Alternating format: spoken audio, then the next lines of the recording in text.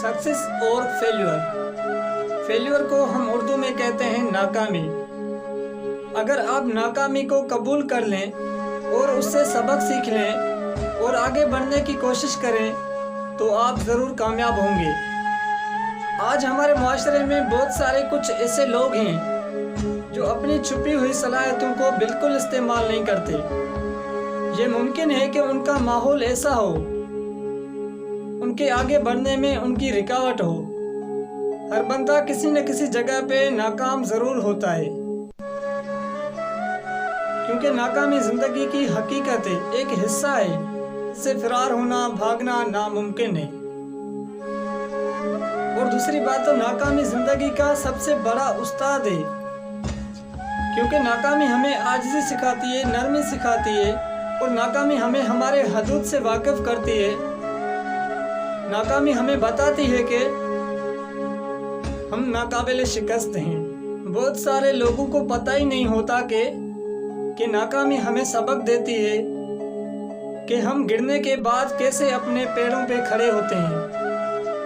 अगर आपको कामयाब होना है तो आपको नाकामी का रास्ता देखना पड़ेगा, क्योंकि इस दुनिया में ऐसा कोई अजीम शख्स नहीं जिसने नाकामी नहीं देखी हो, क्योंकि वो अपनी नाकामी से सबक सीखता है कि हमें कैसे आगे बढ़ना है। इसलिए विलियम गोल्डस्टोन ने कहा है कि इस दुनिया में कोई ऐसा अजीम कामयाब शख्स नहीं जिसने गलतियों के सिवा अजीम कामयाबी हासिल की हो। तो इससे हमें सबक पर मिलता है कि अगर हम गलतियों से ना सीखेंगे तो हम कामयाबी की तरफ कभी भी नहीं जा सकते। हम इन गलतियों से सीखते हैं कि हमने कैसे आगे बढ़ना है। दुनिया में बहुत सारे लोग अपनी ज़िंदगी में इसलिए कामयाब नहीं होते क्योंकि वो नाकामी के खौफ में मुब्तला होते हैं। और कामयाब लोगों को अच्छे तरीके से ये इल्म होता है कि नाकामी कामयाबी की सीढ़ी है। हम इस सीढ़ी से क्रॉस हो जाएंगे तो हम ज़रूर कामयाब होंगे।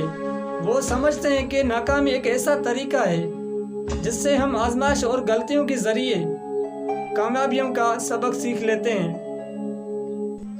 अगर आपको कामयाब होना है तो आपको नाकामी से सबक सीखना होगा, फिर आप अपनी ज़िंदगी में कामयाबी की तरफ जाएंगे।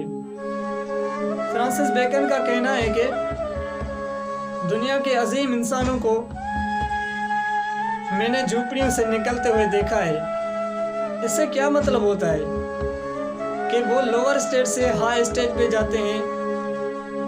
अपनी नाकामी से सबक सीखने के बाद वो अपनी कामयाबी को लेते हैं। एक अजीम इंसान एलन लेकन कहता है कि वक्त ज़िंदगी है, उसके जाने के बाद वो वापस नहीं आता।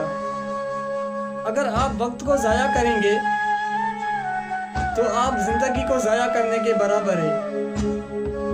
इससे हमें सबक मिलता है कि हमें वक्त को ज़ाया नहीं करना, हमें वक्त से आगे बढ़ना है, अपनी कामयाबी की तरफ जाना है। इस नाकामी को हमें कामयाबी में तब्दील करना है।